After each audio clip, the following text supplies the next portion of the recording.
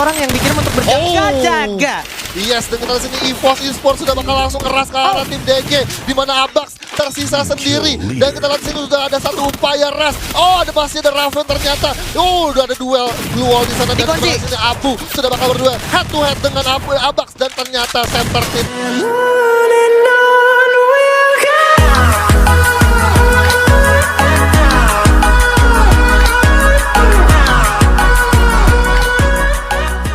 Tadi barusan yaitu ronde kelima di map Purgatory, di mana Purgatory pertama kan kalau gue nggak salah ingat ada early fight juga di arah sentral. Ya. Aduh. Ini Ya kan?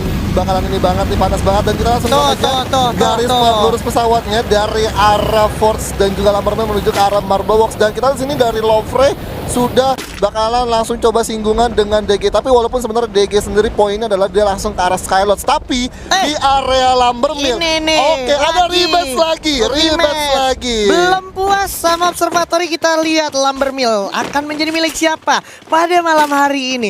EVOS Esports atau RRQ Hades. Nah, ini yang dinantikan sama Survivor ketika memang banyak banget taunting yang mungkin bermunculan di EVOS dan juga RRQ, tapi ternyata dibuktikan di game terakhir dan juga pada malam hari ini. Iya. Dan kayak gue yakin banget dari RRQ Hades lebih cenderung emang ya udah mereka let go aja. Mereka siap dan lebih ke arah mempersiapkan diri untuk ke arah partai playoff. Karena memang dari dulu tipikal gameplay RRQ kalau ketika dia udah nggak berhasil melalui fase liga, dia bakalan menyusul di fase playoff biasanya. Ya, nggak nutup kemungkinan bahwa misalkan tim-tim yang ada di playoff sendiri itu dia nggak bisa buat masuk ke play-in dan bisa menyusul tim-tim yang ada di partai grand final untuk Free Fire Indonesian Master Season Fall. Iya, karena memang chance masih sangat besar. Kalau kita berkaca dari FFVM 2020 Spring kemarin itu aja, akhirnya finalis yang lolos ke play-in pun bertemu teman-teman dari final grup FFVM aja, itu masih ujung-ujungnya yang lolos teman-teman dari partai Master League gitu ya. Jadi emang nih boleh gue bilang bisa aja jadi satu momentum yang bagus juga untuk teman-teman yang harus melalui fase playoff gitu. Jadi nggak melulu lu di grup masing-masing grup terus lu nggak lolos di 1-2-nya, lu udah sampai situ aja, masih ada jalur playoff. Ya, gitu dan juga buat Survivor yang nonton juga jangan patah semangat. Betul. Karena di sini memang untuk komunitas sendiri pemain-pemain komunitas bakalan berjuang. Tapi kita beralih dulu di mana center team langsung numbangin kapten terkuat di bumi. Waduh. Kapten dunia dan akhirat ternyata bisa berhasil menumbangkan kapten terkuat di bumi, bro. Iya. Ini lawannya bumi akhirat ya. Bumi dan akhirat. Jadi kapten tukar kapten. Fair enough menurut gue. Tapi sekarang boleh gue bilang posisinya udah gak cukup menguntungkan karena udah dikepung low corner di dalam satu pos merah oleh SM13. Itu dia. Ini yang saya tunggu-tunggu. Ini dia. Joget harus kayak gitu. Yoi, gelombang. Ini dia. Itu namanya senam kesehatan jasmani, ya kan? Dibalas. Bakal coba diajar. Udah coba dihabisin. Abunya jatuh. Bakalan di-follow. Gimana? Sayang sekali harus menjadi bulan-bulanan jadi jogetin ala-alok oleh Kenzo di sini, sang taunting boy kita. Inilah dia yang momen yang kita tunggu-tunggu, ternyata terjadi lagi. Oke.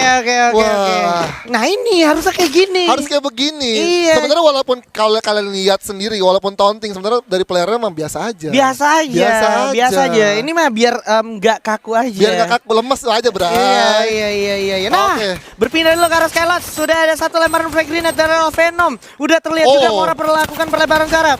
Ada juga Jay berhasil dapetin Azril. Jafra ditukar sama Father aja. Gates mencoba mencari posisinya, cari momentum untuk melawan para pemain dari DG Esports, di mana udah ada Abed juga yang kehilangan satu Azril. Sayang sekali Jafra tapi berhasil dapetin Father, begitu saja. Oke, sudah bakal coba tukar dulu, di mana dari Abed bakal langsung aware ada tong merah yang bakal langsung dihancurin, tapi kita di sini dari dua pemain DG Esports sudah langsung masuk ke rumah kuning, dan sebenarnya dari posisi Azril sendiri masih bisa untuk diselamatkan ternyata.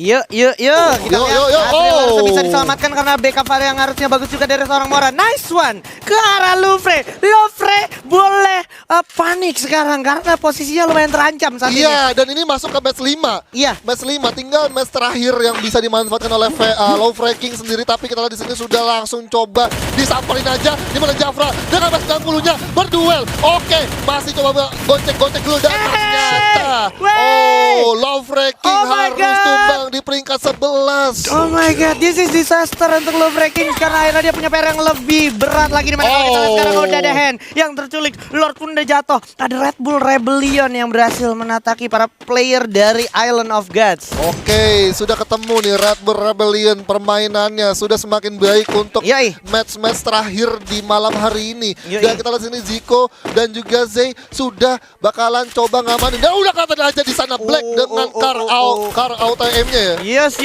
sudah ada car dengan biometric scope. Biometric scope. Dia menambah MSS kita, dimana ternyata Black pun masih dengan cukup tajam dengan kekuatan aim ilmu hitam dari Black. Ia akan berhasil mendapatkan dan juga Zico. Aim ilmu hitam dari Black ternyata sangat worth kali ini, dan kalau kita lihat langsung ditatakin habis bosku.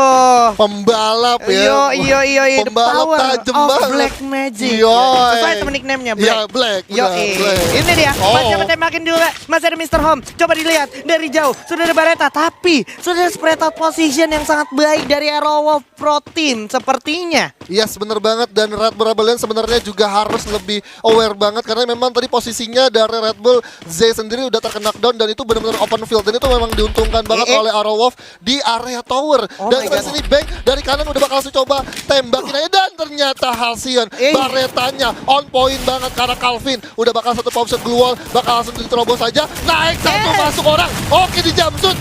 Masih ada satu pemain, dua pemain udah terkena down, satu tersisa, dan ternyata Red Bull pun harus tumbang. Wah. Sayang sekali di mana Red Bull sebenarnya harus mempunyai banyak sekali poin untuk menggeser Bigatron Beat. Harus diratakan oleh Pro Team yang memang sedang merasakan angin-angin segar. Bau bintang kuning, Golden Star ya kan. Oke. Wah, ini Bigatron udah hela nafas cukup enak nih. Cukup enak karena dari Red Bull Rebellion sendiri udah rata, RRQ Hades juga rata. Nah, tinggal Bigatron memanfaatkan, karena memang dari posisi grup C sendiri itu dari Boss Nightmare dan juga DG Sport udah cukup sulit. Yes, kita simpen dulu karena kalau sekarang udah ada Anca bersama teman-teman dari Boss Nightmare, yang mana kalau kita lihat ada player of the match juga. Seorang Maybe yang sedang nyaris saja menyaingi Kapten Sam 13 ya kan. Mempunyai kill yang cukup banyak gitu ya. Kill yang cukup banyak dan juga aimnya cukup pedas, dan ternyata dua pemain Bigatron harus tumbang oleh Riza Junior. Kita lihat di sini dari Anca sudah bakal langsung coba satu lemparan frag grenade ke arah Boss Nightmare, tapi nggak mengenai siapapun di sana. Oke, hati-hati, masih coba regroup dulu teman-teman dari Boss Nightmare. Apakah di sini juga Bigatron Beat harus terhenti langkahnya? Langsung coba masukin ke dalam, belum juga coba dikurung oleh teman-teman Boss Nightmare. Haide bersiap dengan 1M10-14-nya. Ikam maybe udah jatuh, Ikam juga udah jatuh, menyisakan satu kawannya lagi itu Anca. Membuka Anca, tidak ternyata berasa itu sendiri aja. Ya elah, Anca juga harus menyusul Red Bull Rebellion. Waduh. Ini menarik banget sih. Dari grup saya sendiri itu lagi benar-benar lagi buat coba ngerebutin poin, tapi ternyata di sini dari Red Bull sama Bigatron ini udah tumbang dengan tim yang memang udah di bawah under table sendiri ya. Iya. Daripada kita penasaran, sepertinya kita ada bocoran dikit nih. Nih, ini dia. Langsung main sementara di mana ada awal Pro Team, Island of God, Bigatron Beat, EVOS Esports, Red Bull Rebellion, Aura Esports, Lovre King. Yang mana harus skenarionya Lovre King ada 20 poin hari ini harusnya. Kalau seandainya dia mau menggeser posisi Arrow Wolf dan juga Aura. Tapi dia udah ditumbangin sama tim DG Esport di area Skyloss. Itu sayang banget. Jadi memang poin dia buat coba climb up di poin di grup besar itu memang udah cukup sulit banget, dan ini memang harus dimaksimalkan di map Kalahari. Tunggu. Aura kalau gue nggak salah ingat dia minimal harus mempunyai 14 poin untuk aman di peringkat pertama. Dan kalau tadi gue lihat berkaca dari standing tadi itu Aura udah sekarang lagi ada di peringkat ke 14 poin. Oke. Iya. Karena 10 poinnya itu untuk Lovre. Terus di bawahnya tadi 7 poinnya untuk DG Eternal, terus Ares. Onyx Ares di posisi paling bawah yang paling bawah 4 poin gitu. Oke. Ini tapi masih bisa sih buat coba dikejar, dan kita bakal lihat lagi di sini dari zonanya itu sudah coba bergerak ke arah field, di mana dari Onyx Ares sudah ngamanin tengah atau center dari zonanya, dan memang sebenarnya poin dari Red Bull Rebellion bisa sama Bigetron Beat gak terpaut jauh Pak, 80 ke 76. Jadi chance untuk Red Bull Rebellion menggeser Bigetron Beat sebenarnya masih lumayan besar juga. Masih besar juga di match besar ketiga juga. Karena memang tadi posisinya dari Red Bull itu setelah habis Red Bull rata, Bigetron juga nyatra. rata. Jadi bisa cuman gap satu ini doang, satu table doang ya. Satu table doang. Jadi masih possibility-nya masih lumayan besar. Dan kalau kita perhatikan juga sekarang di sini sebenarnya zona juga udah cenderung terfonis lumayan ke arah tengah. Artinya ini bakalan cenderung lebih santai untuk tim-tim yang ada di dalam zona, dan kita juga bisa lihat di sini ada Onyx Ares yang masih berusaha sekuat tenaga untuk mempertahankan eksistensi mereka supaya tidak membawa 4 poin pada malam hari ini. Iya, karena memang ketika udah berbicara satu match terakhir ya memang semua pun tim harus all out gitu. Iya. Jadi nggak mau kayak ibaratnya terlihat dia cuma bisa dapetin 4 poin, dan dia kayak berpikir bahwa ya udahlah ini hari terakhir, masa ya gue cuma bisa masih tetap berjuang gitu. Walaupun sebenarnya udah nggak ada peluang lagi buat masuk ke grand final gitu. Nggak apa-apa, karena masih ada jalur playoff.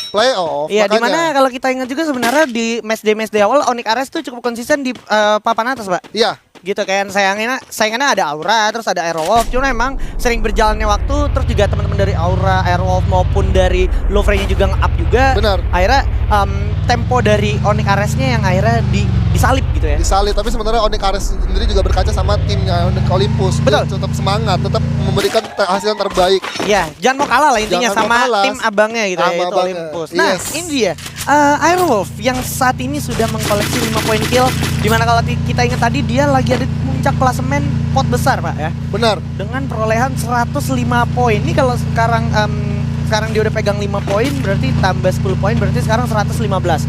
Ini kita belum hitung placement ya.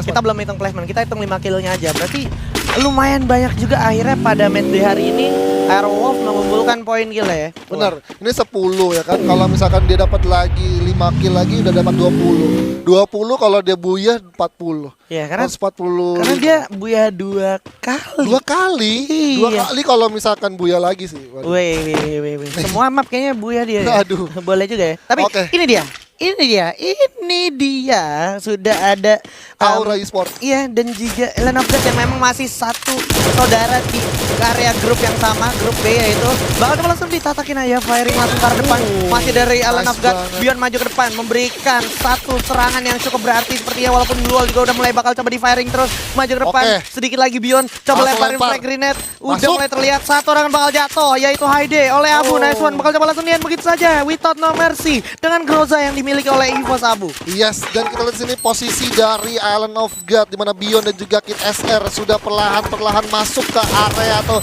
zona teritorial defense yang dimiliki oleh Aura Esport. Tapi di sini Aura Esport masih ada 4 pemain. Ini bakalan cukup sulit banget buat Island of God bisa coba menangin clutch dengan tim Aura Esport. Dan di sisi mana ada juga Onyx Ares yang mendapatkan vision ke arah tim Aura Esport. Ini zonanya rancu antara ke Onyx atau ke Boss ya. Bisa kita lihat. Kan dua-duanya malah dapat ya. Onyx, Boss dan juga IOG bersama EVOS ya, maksud gua DG dan juga EVOS. Nah, bakalan coba dipantau harusnya oleh teman-teman Aura, nggak boleh dikasih kesempatan untuk jalan. Dan lu bisa lihat walaupun Aura lagi melakukan rotasi lanjut, tapi tetap ada satu orang yang dikirim untuk berjaga-jaga. Yes, dan kita lihat sini EVOS Esports sudah bakal langsung keras ke arah tim DG, di mana Abax tersisa sendiri. Dan kita lihat sini sudah ada satu upaya rush.